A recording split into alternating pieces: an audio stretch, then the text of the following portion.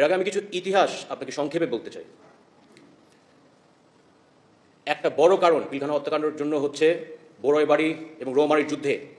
তখন আমার বাবা রংপুর সেক্টর কমান্ডার ছিলেন এবং ওই যুদ্ধে ভারতের বিরুদ্ধে লড়াই করে বিজয় হয়ে এসেছিলেন। তখন থেকে আমার বাবা জেনারেল শাকিল ভারতের কাছে একটা টার্গেট হয়ে দাঁড়ায় যায়। বাবা যখন বিডিআরের ডিজি হয়ে ভারতের আধিপত্যের বিরুদ্ধে লড়াই করতে এসেও বাবা বিজয় হয়ে এসেছিলেন এবং বাবা যখন ডিজি তখন 2007-08 সাল থেকেই কিন্তু ভারত পরিকল্পনা শুরু করে, যার কারণে বিডিআর হত্যাকাণ্ড শেখ হাসিনা ভারতের স্বার্থে আর নিজের ক্ষমতায় টিকার স্বার্থে এই জঘন্যতম হত্যাকাণ্ড বাস্তবায়ন করে।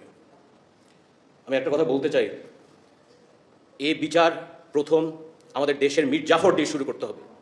যে সেনাবাহিনীর কর্মকর্তারা আমাদের বাবাদের সাথে 57 জন অফিসারদের সাথে বেইমানি করেছে তাদের বিচার এর আওতায় নিয়ে আসতেই হবে। এখানে কোনো ইয়ে নাই। যদি এই মীর জাফরদের বিচার করা না হয় তাহলে কিন্তু ভবিষ্যতে আরেকটা পিলখানা হত্যাকাণ্ড করার সুযোগ রয়ে যাচ্ছে। 2009 সালের পরে সেনাবাহিনীর মধ্যে যে পরিমাণ ডিস্ট্রাস্ট তৈরি হয়েছিল, কোর্সমেটকে বিশ্বাস করতে পারতো না, জুনিয়র অফিসার সিনিয়র অফিসারকে বিশ্বাস করতে পারতো না। আগে একটা নন কমিশন সৈনিকের ওপর যদি কিছু হইতো পুরো সেনাবাহিনী আগায় যেত। সেনাবাহিনীর এ ন্যাশনাল ইউনিটিটা ছিল এবং এই সাহস ছিল। এটা এই সেনাবাহিনী আমার বাবা নেতৃত্ব দিয়েছিল, এক সময় 57 অফিসার নেতৃত্ব দিয়েছিল।